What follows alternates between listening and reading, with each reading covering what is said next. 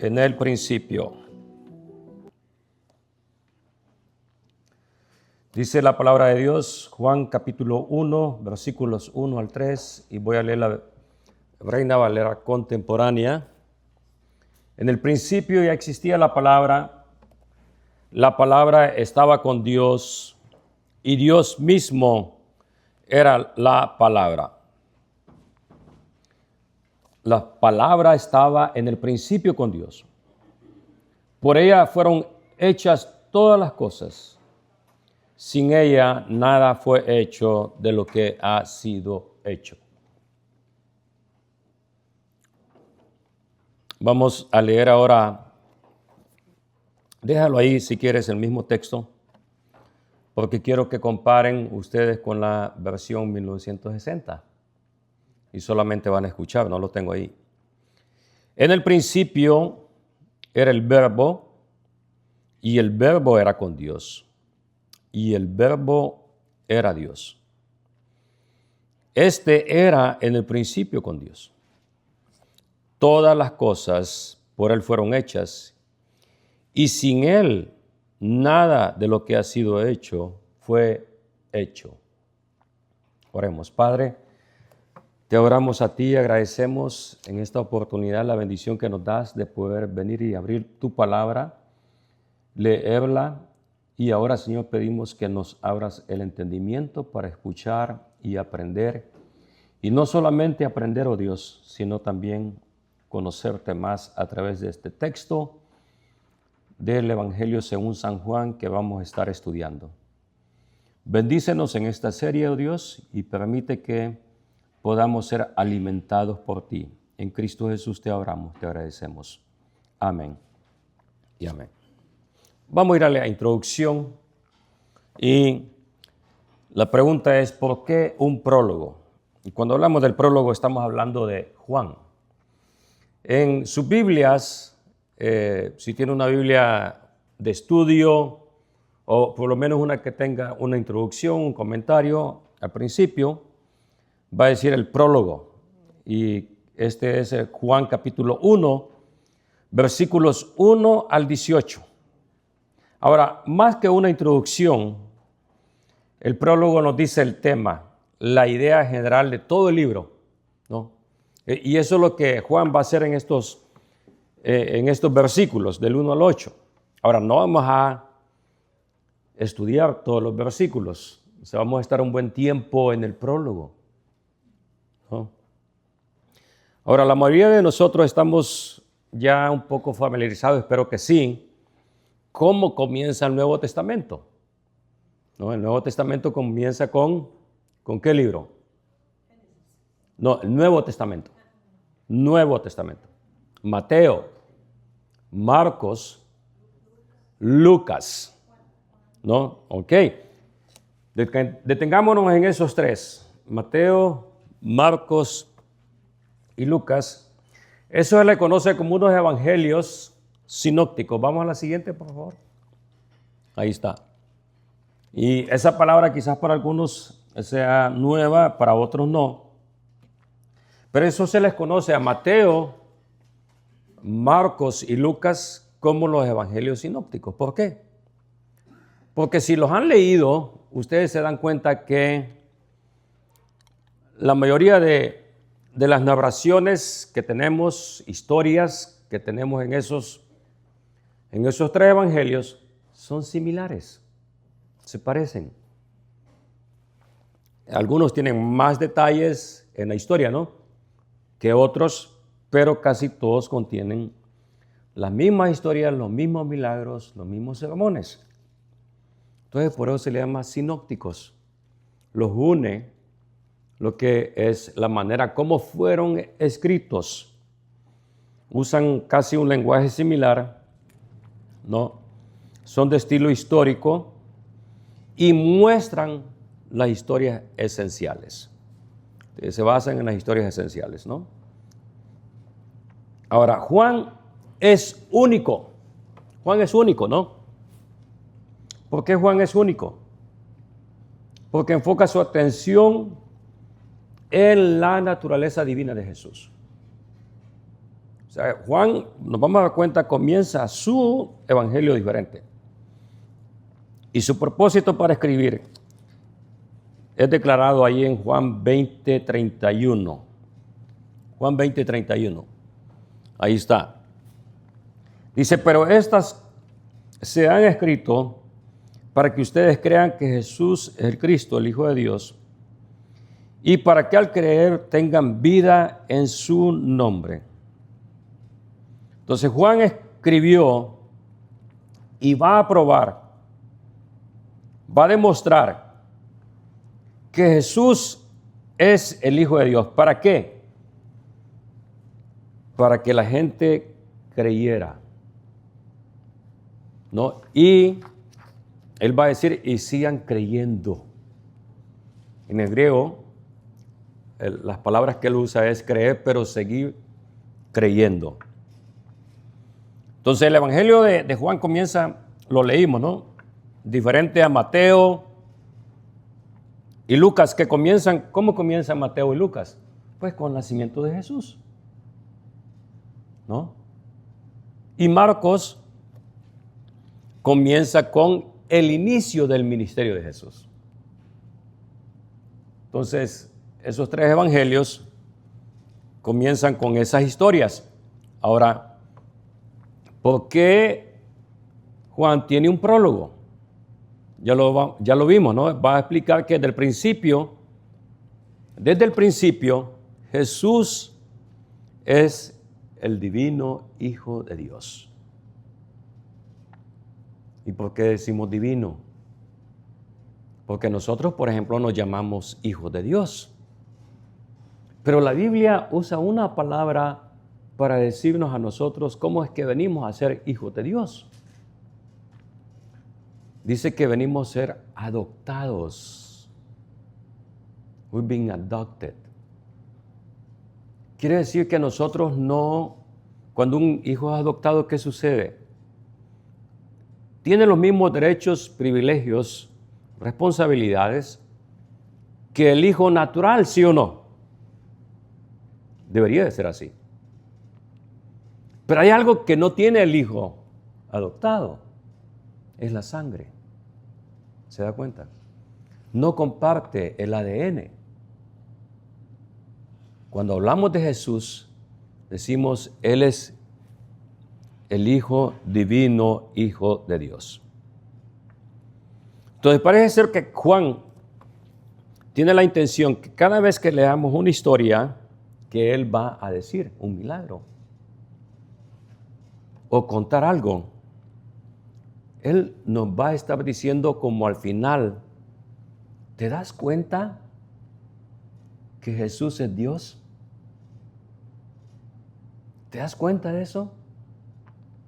Porque narra también cómo se ponían los enemigos de Jesús.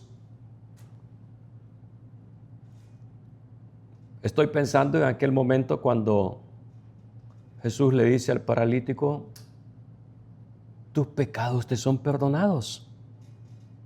¿Y qué comienza a suceder ahí? Dice que los enemigos de Jesús comienzan a decir, ¿y quién es este para que perdone pecados? Solo Dios perdona pecados. Solo Dios puede perdonar pecados. Y Juan nos describe y nos dice que Jesús comienza a decirles, ¿por qué están pensando esto en sus cabezas? ¿Te das cuenta de eso? Es una historia, pero Juan nos demuestra ahí la divinidad de Jesús, que Jesús es Dios. Por eso es una de las declaraciones más antiguas de la historia, de la iglesia, en la historia, se dice que Jesús es 100% hombre, pero 100% Dios. O sea, no negamos de que Él fue humano. Y eso es lo que Juan nos va a declarar también en muchas de sus historias. Ve, el Evangelio según San Juan y el libro de Génesis. Ahora, todos hemos leído quizás por lo menos el principio de la Biblia, ¿sí o no? Y ahora sí voy allá al Antiguo Testamento. ¿Qué dice Génesis 1:1? En el principio, ¿podemos todos decirlo? En el principio, Dios, los cielos y la tierra. En el principio, ¿no? Creó Dios los cielos y la tierra. Entonces Juan aquí nos lanza una declaración inicial diferente a los otros tres evangelios, porque no comienza ni con el nacimiento de Jesús como humano, ni con el inicio del ministerio de Jesús como Marcos lo narró ya, sino comienza diciendo en el principio. ¿En el principio qué? Era la palabra, ¿no? Y el texto, esto también es bien importante, cuando dice, en el principio era el verbo y el verbo era con Dios. Nosotros tenemos en esta Reina Valera contemporánea, ya existía la palabra. Nos damos cuenta del lenguaje original. El lenguaje original es no llegó a ser o sucedió así de esta manera, sino que dice ya era, existía. Y existía significa no un inicio. Ahora, cuando dice en el principio creó Dios los cielos y la tierra, y Juan dice, sí, en ese mismo principio, se va Juan y dice, era la palabra, ya estaba ahí. Ya estaba ahí. Juan usó intencionalmente este lenguaje, porque nos vamos a dar cuenta en el propósito del libro. Podemos ir a la siguiente, prefacio. El propósito de la Escritura, es decir, el propósito por el cual escribió su libro. Ya hemos visto este texto, ¿no? Juan 20:31. Dice, para que ustedes crean que Jesús es el Cristo, el Hijo del Dios, y para que al creer, esa palabra ahí, para que al creer que sigan creyendo, tengan vida eterna. Entonces, aquí Juan dice, es para los que no creen, para que crean, y para los que ya creen, que sigan creyendo. ¿Ok? Ahora, si miramos esta frase detenidamente, veremos que se refiere a estos dos grupos. Cuando dice, y para que al creer tengan vida eterna. Entonces, su propósito no solamente es alcanzar los incrédulos. Las autoridades religiosas eran incrédulos. No creían que Jesús era el Mesías. Pero también para los creyentes, el que podamos seguir edificándonos. Punto B. Juan es un testigo ocular, ¿no? Eyewitness, como dice, lo vi. Es un testigo presencial. Esto es bien importante porque la ley pedía que dos o más testigos dijeran lo mismo. Pero nosotros no tenemos uno nada más. Tenemos Mateo, tenemos Marcos, tenemos Lucas y ahora Juan. ¿No? Y esos son testigos, algunos de ellos fueron testigos oculares. Lucas recibe la narración, pero Lucas va como un investigador. Por eso, Lucas, aunque no estamos estudiando Lucas, se le acusó que tenía muchas equivocaciones. Decían, ¿por qué Lucas ocupa este título para Herodes cuando el título no es el que usaba Mateo, Marcos o algunos historiadores? No, y Lucas, decían, Lucas no hizo un buen trabajo. Después, los historiadores y arqueólogos se dieron cuenta que quien tenía la razón era Lucas. Los títulos que Lucas usa son exactamente los que la historia dice usaba en ese tiempo. O sea, Lucas no fue un testigo ocular, pero fue un investigador. Pero aquí tenemos a Juan, que Juan estuvo muy cerca de Jesús. Y Juan no quiere que su nombre sea ocupado o que su nombre sea el que aparezca en su evangelio. Aunque claro, los que editaron la Biblia y la tradujeron pusieron allí el evangelio según San Juan. Pero él mismo no se quiere mencionar.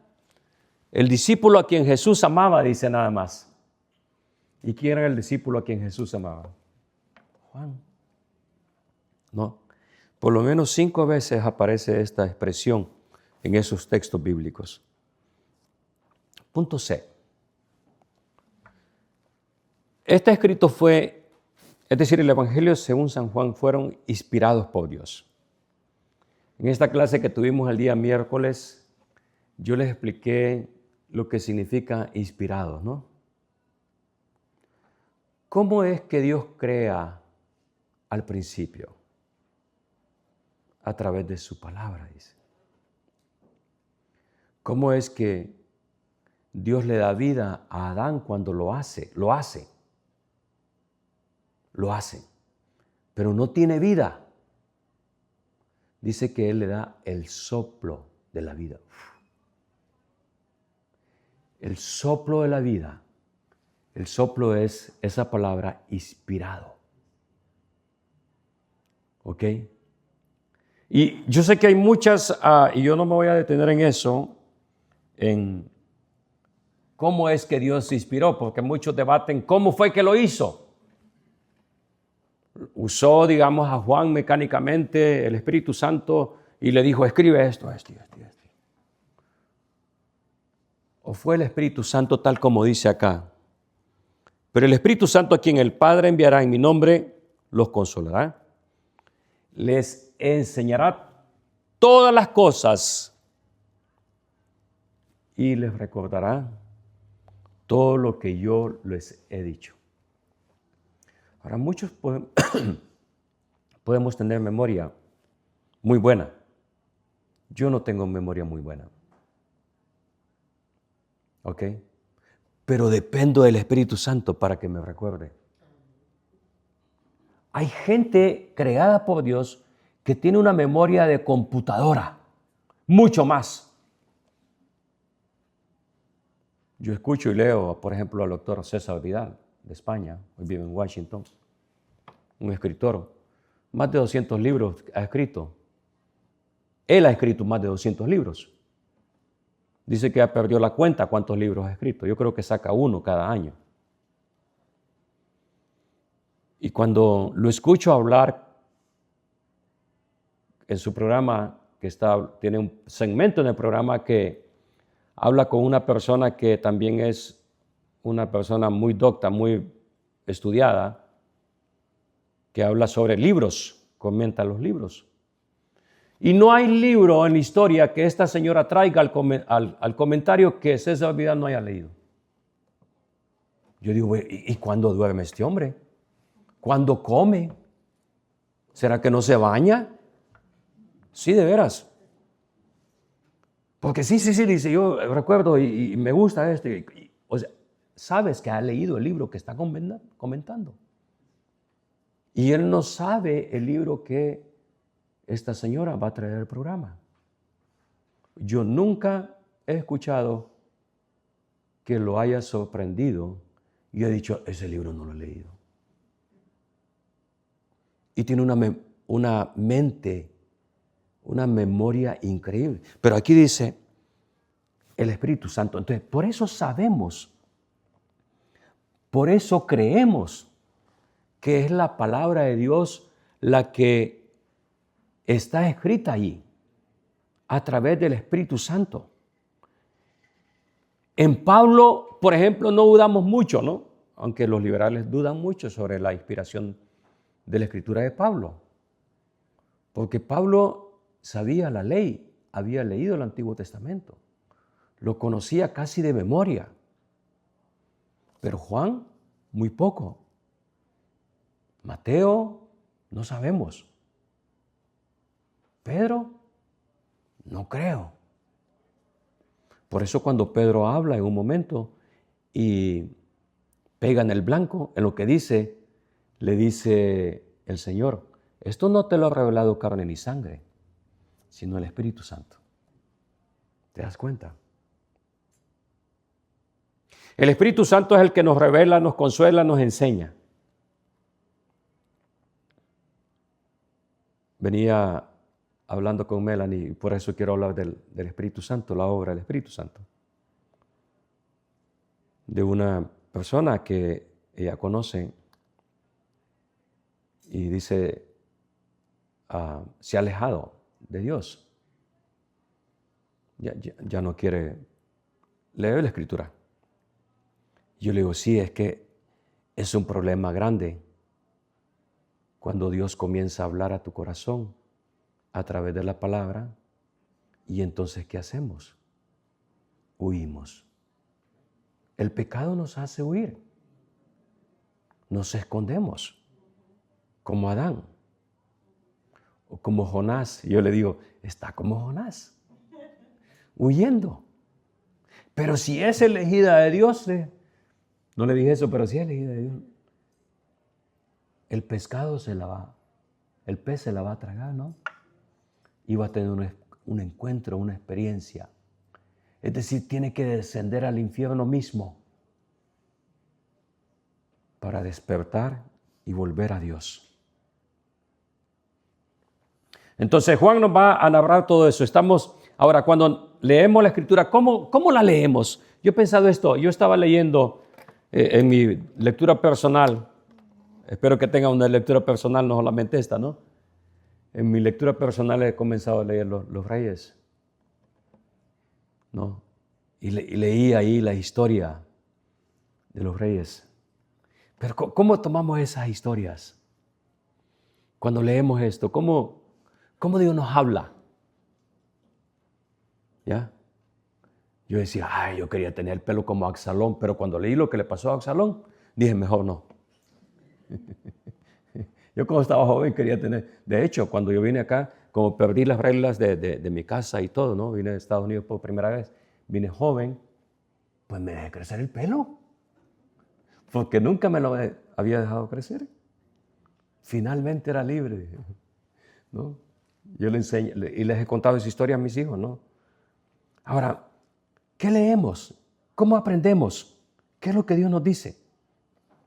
Juan 14, 8 y 9, yo no sé si puse ese ahí, no, déjalo ahí entonces, no lo puse, okay. ¿O sí está? Ahí está, gracias. Pero estaba Juan 16, 13, tú estás en lo correcto, yo estoy equivocado, dale. Dice, pero cuando venga el Espíritu de verdad, Él lo guiará a toda la verdad, porque no hablará por su propia cuenta, sino que hablará todo lo que oiga y les hará saber todas las cosas que habrán de venir. Entonces, el Espíritu Santo dice, nos va a guiar a toda verdad, porque no hablará de su propia cuenta, sino hablará lo que oiga y les hará saber las cosas que habrán de venir. Entonces, el Espíritu Santo es el que debemos de depender nosotros por el Espíritu Santo. Y usted dice, ¿cómo hago, pastor? ¿Qué es lo que digo? Dígale a Dios, háblame. ¿Pero cómo? ¿A través de una divina? ¿A través de los números? Hay personas que se guían mucho por los números, ¿no? A través de la palabra. Esa es la mejor manera como usted puede ser guiado. Juan 14, 8, 9, hoy sí, ¿verdad? Felipe le dice, Señor, muéstranos el Padre, con eso nos basta, porque Jesús está hablando que se tiene que ir, ¿no? Que ya no va a estar con ellos. Y Jesús le dice, hace ya tanto tiempo que estoy con ustedes. Y tú, Felipe, ¿no me has conocido? El que me ha visto a mí, ha visto al Padre. ¿Cómo entonces dices, muéstranos al Padre? Jesús en otra ocasión que Juan también declara, dice, yo y el Padre uno somos.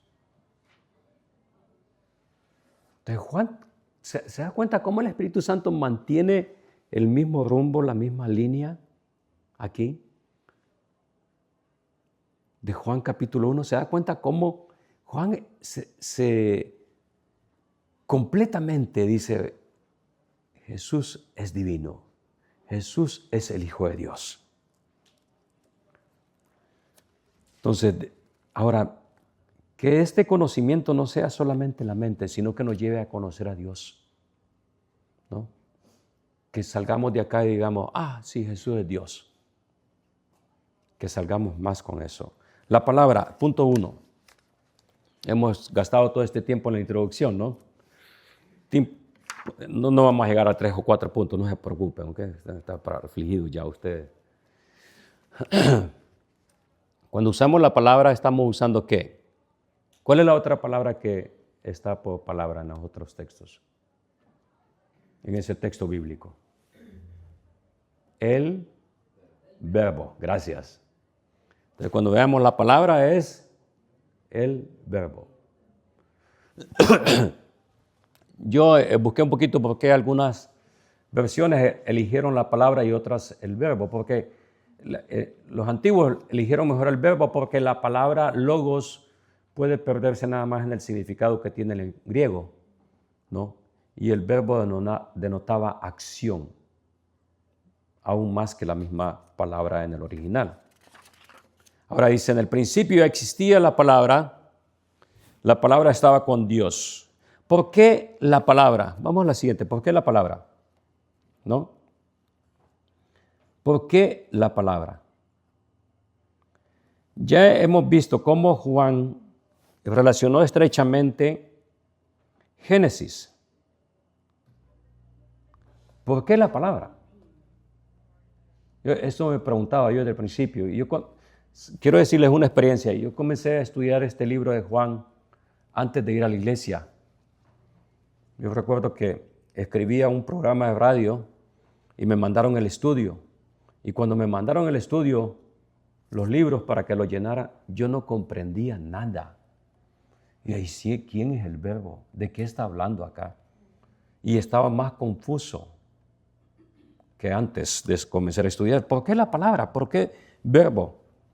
Génesis 1:3 creo que está ahí, ¿verdad? Ya dije esto, la palabra verbo es griego. Y dijo Dios que haya luz. ¿Y qué pasó? ¿Usted puede hacer eso? ¿Sabe que los predicadores de la prosperidad dicen que sí podemos hacerlo nosotros? No sé en qué estamos fallando nosotros. Porque ellos dicen, basta con que tú declares y se va a hacer. ¿Sabe quién tiene el poder de hacer eso? Dios. Dios. Si Dios declara en nosotros cualquier cosa que sea, se va a cumplir. ¿Ok? Entonces dice, y dijo Dios que haya luz. Entonces, ¿cómo fue que creó la luz? Por ejemplo, aquí tenemos luz nosotros, ¿sí o no? ¿Comprendemos todo el proceso de esta luz que tenemos acá? ¿O no? Yo un poco. Sé que en algún lado está una planta que genera luz. Ya sea que genere luz a través de las solares, ¿no? Los paneles solares. O nuclear. O hidroeléctrica. Y es complicado. No, yo tendría que necesidad de traerle un ingeniero acá. En cada uno de esos ramos, cada una de esas divisiones para que les explicara a ustedes cómo se genera la luz. ¿Usted se ha preguntado cómo está? Quizás no. Solo viene y le enciende, ¿no? nunca se da cuenta todo lo que hay detrás. Dios hizo eso. Yo me puse a pensar, ¿qué hizo Dios? Por ejemplo, el sol.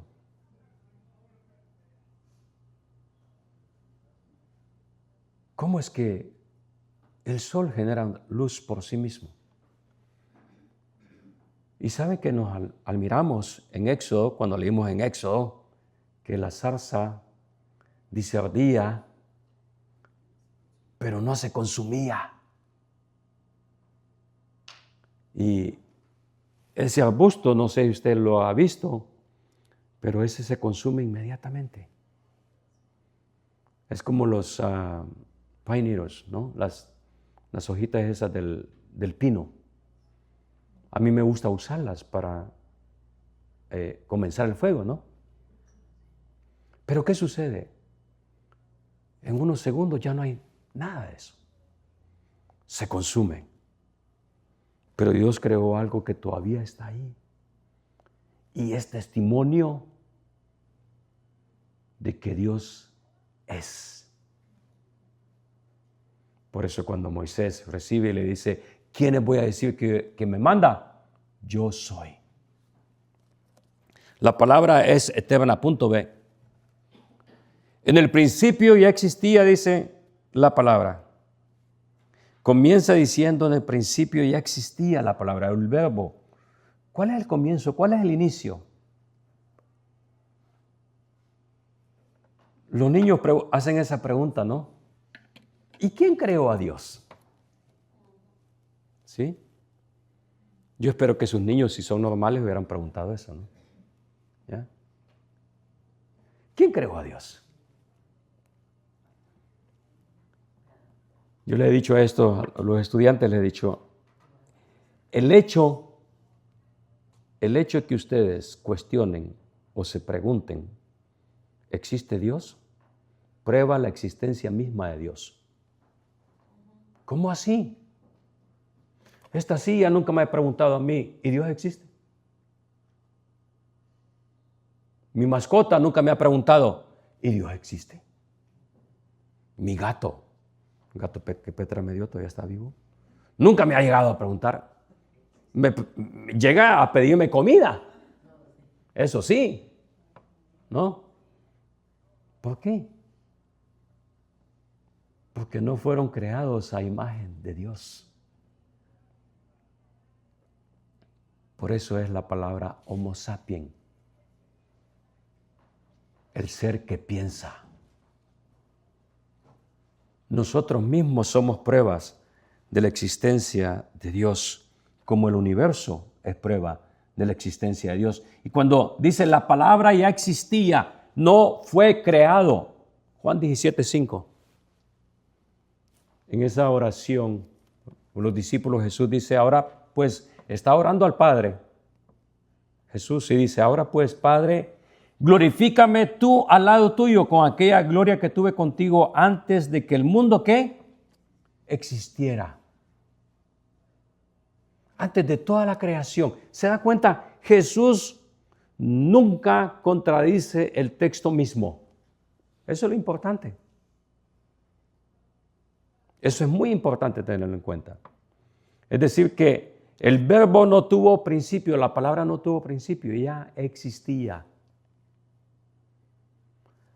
Ahora, la palabra, punto C, es distinta de Dios. ¿Por qué decimos eso? Si lee usted el 1, dice, en el principio existía la palabra estaba con Dios, o el verbo estaba con Dios, pero sigue inmediatamente y dice, la palabra estaba en el principio ¿con quién? Con Dios.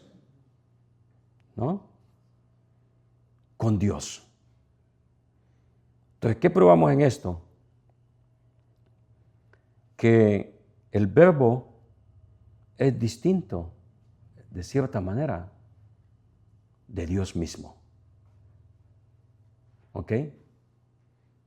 ¿Por qué? Porque encontramos dos personas ahí, ¿se da cuenta? Está Dios y está la palabra. Y yo sé que para muchos esto puede sonar confuso. Claro que sí. si no creemos la Trinidad, ¿no? Por eso la Iglesia lo declaró como el misterio de la Santa Trinidad, dice. ¿Por qué es un misterio? No lo comprendemos completamente. La palabra ya estaba en el principio con Dios. Punto D. La palabra o el verbo era Dios en el principio. Aquí todavía, ¿cómo es eso? Era distinto, pero era Dios, sí. ¿Y qué dice al final del 1:1? Y Dios mismo era la palabra. La palabra que se usa en Génesis, de hecho, y toda la narración de Génesis, es Elohim, que es Dios en plural. Y por eso cuando dice hagamos al hombre, hagamos. ¿Por qué hagamos? ¿Les pidió opinión a los ángeles? No. ¿Se da cuenta? Ahí estaba Jesús, estaba en el Padre y dice, y Dios mismo era la palabra. Dios mismo era la palabra. Así que Juan nos va a hablar del verbo, de esta palabra que ha venido a la tierra como hombre que es Dios. De eso nos va a hablar. No podemos entonces, fíjate bien esto, no podemos, cuando yo pensaba esto, una de las cosas, y mire, es bueno, yo le voy a decir algo, es bueno que usted dude de las cosas que a veces la iglesia enseña. ¿Cómo es posible usted? Sí. No lo crea simplemente porque la iglesia lo enseña. Tenga mucho cuidado. Fíjate la expresión que estoy usando, la iglesia.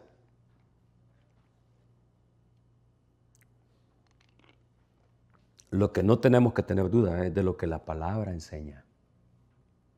Lo que la Biblia enseña. Si te das cuenta, hay una gran diferencia. ¿Ok? ¿Por qué digo esto? Porque yo me pregunté, por ejemplo, ¿podemos adorar a Jesús?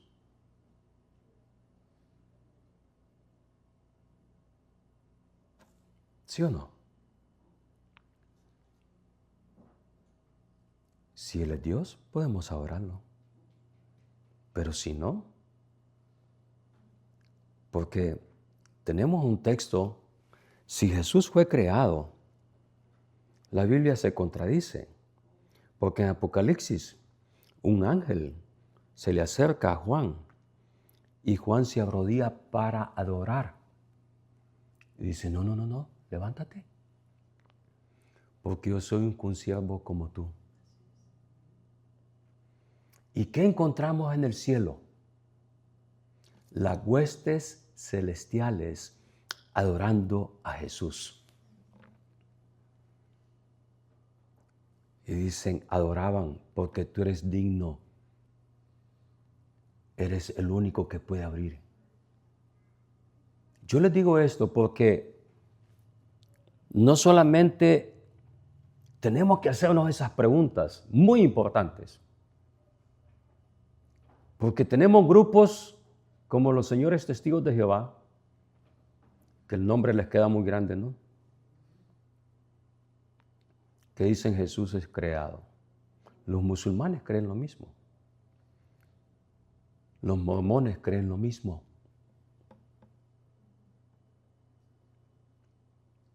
Entonces debemos de hacernos esas preguntas y debemos de confrontar ese es el punto, confrontar nuestras dudas y todas esas preguntas con la Biblia, es decir, ponerlas lado a lado. Por eso yo hasta el día de hoy estoy esperando la respuesta de un amigo muy querido. Cuando me dice, es que yo no puedo ir a tu iglesia porque allí no oramos a María. Yo le dije, sí, tienes razón. Pero yo estoy dispuesto, yo le dije, yo estoy dispuesto a hacer una oración a María. Todo y cuando tú me traigas un texto bíblico que me diga que puedo hacerlo, o que debo hacerlo, o que sugiera que lo voy a hacer. Y dice, no lo tengo. Y era 10 semanas. Dame una semana, dice. Yo voy a pedir una cita con alguien en la iglesia. Y pidió una cita. Y cuando lo vi la próxima vez, fue como 2 semanas después, le hice la misma pregunta. ¿Me conseguiste el texto? ¿Sabes que no tengo ninguno? Dice, pero cuando dijo eso ya sabía yo que no había un texto bíblico. Dice, la tradición dice eso. Yo ya no tenemos tiempo, pero cuando hablamos de la tradición, fue la última conferencia que yo di en El Salvador. La tradición no son las cosas que entendemos por tradiciones, pero la tradición es todo lo que la iglesia ha escrito encima de la Biblia, es decir, encima de la Biblia, literalmente lo ha puesto encima, porque todo lo que cuando se dice tradición es todos los dogmas, todas las historias que se han puesto encima de la Biblia, que no están en la Biblia, pero que se han aceptado como palabra de Dios. Y le dije, no hay un texto. Por eso digo, debemos de desafiar el pensamiento. Y Juan nos va a ayudar a desafiar el pensamiento y a quitar las dudas sobre quién es Cristo, quién es Dios y cuál es el trabajo del Espíritu Santo. Vamos a orar. Padre, gracias, oh Dios, por este tiempo. Y gracias, Padre, por tu amor tan grande que tú tienes. Permite que te conozcamos a través de este texto del Evangelio según San Juan. Gracias por la inspiración que tú diste y gracias, oh Dios, por todas las historias que nos revelan, nos relatan que tú eres Dios, oh Jesús, y que eres digno de recibir toda alabanza y toda gloria, y que podemos venir a ti en todo momento, en todo lugar, y sea tu Espíritu Santo que nos revele, nos abra la mente y el corazón para poder comprender que podemos adorarte, amarte y tener esta estrecha relación contigo. Gracias, Padre. En Cristo Jesús hemos orado y te pedimos todo esto. Amén y amén. Que Dios les bendiga, mis hermanos.